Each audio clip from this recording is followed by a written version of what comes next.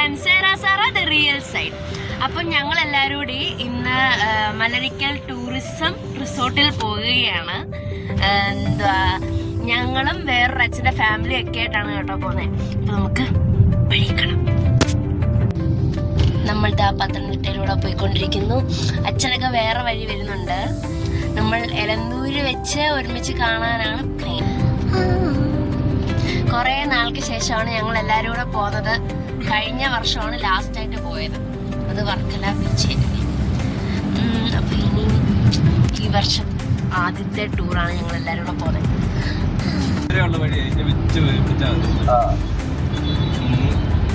അപ്പോൾ നമ്മുടെ പുറകിൽ ചുള്ളച്ചനൊക്കെ വെച്ച് പിടിച്ചിട്ടുണ്ട്. അത് കഴിഞ്ഞിട്ട് പോലീസിൻ്റെയൊക്കെ നമ്മുടെ വണ്ടി കയറിയിട്ടുണ്ടായിരുന്നു കേട്ടോ. അവിടുന്ന് മാറി അച്ഛനൊക്കെ ചേച്ചിയൊക്കെ വിളിക്കാൻ വേണ്ടിയിട്ട് പോയേക്കുമായിരുന്നു. അപ്പോൾ അവർ നമ്മുടെ വണ്ടിയിലേക്ക് കയറി.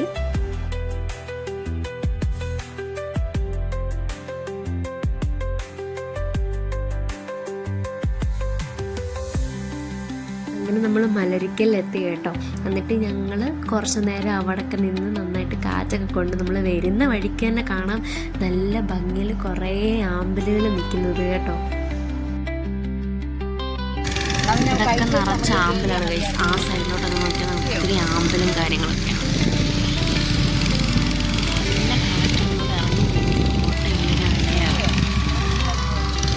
നല്ല ചുമന്ന ആമ്പലുകൾ കിടക്കുന്നു. നമ്മൾ ആദ്യം ചെന്ന് നിന്നിടത്തല്ല കേട്ടോ ആമ്പൽ കാണാൻ പോകേണ്ടത്. അവിടെയും കുറേ കാണാനൊക്കെ പറ്റും. പക്ഷേ ഒത്തിരി കാണാൻ പറ്റുന്നത് ഞങ്ങൾ പോകുന്ന സൈഡിലേക്കാണ് കേട്ടോ. ഇച്ചിരിയും കൂടെ ഫ്രണ്ടിലോട്ട് പോയാലാണ് ഒത്തിരി ആമ്പലുള്ളതും കാണുന്നത്. പിന്നെ അച്ഛനൊക്കെ ഫുഡ് കഴിച്ചിട്ട് വരുമെന്ന് പറഞ്ഞുകൊണ്ട് ഞങ്ങൾ പോയി അവിടെ നിന്ന് തന്നെ ഫുഡ് കഴിച്ച് പിന്നെ അവിടെ തന്നെ ആമ്പൽ വിൽക്കുന്നതുണ്ട് കേട്ടോ. അപ്പം നമ്മൾ അവിടെ നിന്ന് കുറച്ച് ആമ്പൽ മേടിച്ചിട്ടുണ്ടായിരുന്നു. നമ്മളെത്തിയിരിക്കുന്നു ഗായ്സ്. പൂക്കളൊക്കെ മേടിച്ച് നമ്മൾ ബോട്ടിൽ കയറാൻ വേണ്ടി നിൽക്കുകയാണ്. ചുണ്ടച്ചനൊക്കെ ഇതാ ഇപ്പോൾ എത്തിച്ചേരും. നമുക്കപ്പോഴത്തേക്കും എല്ലാം ക്ലിയർ ചെയ്ത് വെക്കും. അങ്ങനെ ചുണ്ടച്ചനും കൊച്ചമ്മയും ചേച്ചി ഏബിലൊക്കെ വന്നു ഗായ്സ്. ഇതൊക്കെ പറഞ്ഞാൽ ഈ ടൂർ ഇൻകംപ്ലീറ്റ് ആണ് കേട്ടോ. കാരണം 2 ഫാമിലിയിലെ മൂത്ത മക്കളില്ലായിരുന്നു. അത് ഞങ്ങൾക്ക് എല്ലാവർക്കും ഒരു വിഷമമുള്ള കാര്യം തന്നെയായിരുന്നു. കാരണം അവരില്ലാത്തൊരു ടൂർ നല്ലതായിട്ട് മിസ് ചെയ്യും. അങ്ങനെ ഞങ്ങളെല്ലാവരും കൂടെ ബോട്ടിലൊക്കെ കയറി. എന്ത് ഭംഗിയാണെന്നറിയോ ഇത് കാണാൻ. പ്രത്യേക തരം ഒരു ഭംഗിയാണ് കേട്ടോ. ഒരിക്കലും മിസ് ചെയ്യാൻ പാടില്ലാത്തൊരു സ്പോട്ട് തന്നെയാണിത്.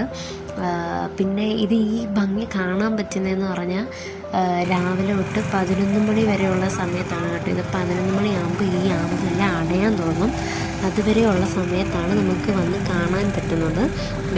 അവർ നമ്മളെ ബോട്ടിൽ കൊണ്ടുപോകും കേട്ടോ.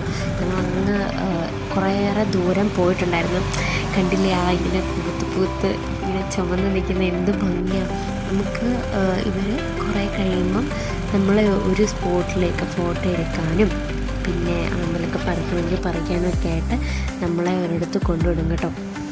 ഇത് പോകുമ്പോൾ തന്നെ നമുക്കറിയാം ഇങ്ങനെ ദൂരോട്ട് നോക്കുമ്പോഴേ ഫുള്ളിങ്ങനെ പിങ്കായിട്ട് കിടക്കും. പിന്നെ ഈ ആമ്പലെല്ലാം ഇങ്ങനെ വഴിമാറി നമുക്ക് വേണ്ടിയിട്ട് നമ്മളെ സ്വീകരിക്കാനായി നിൽക്കുന്നൊരു ഫീലാണ് കേട്ടോ ഇതിന് കിട്ടുന്നത്.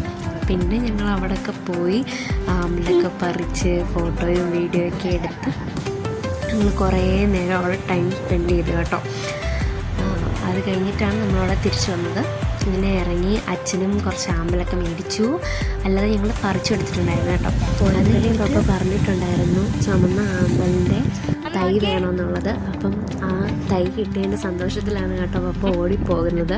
അപ്പോൾ ഇന്നത്തേക്ക് ഇത്രയേ ഉള്ളൂ. ഇതിൻ്റെ സെക്കൻഡ് പാർട്ട് വരുന്നതായിരിക്കും. അപ്പം ബൈ.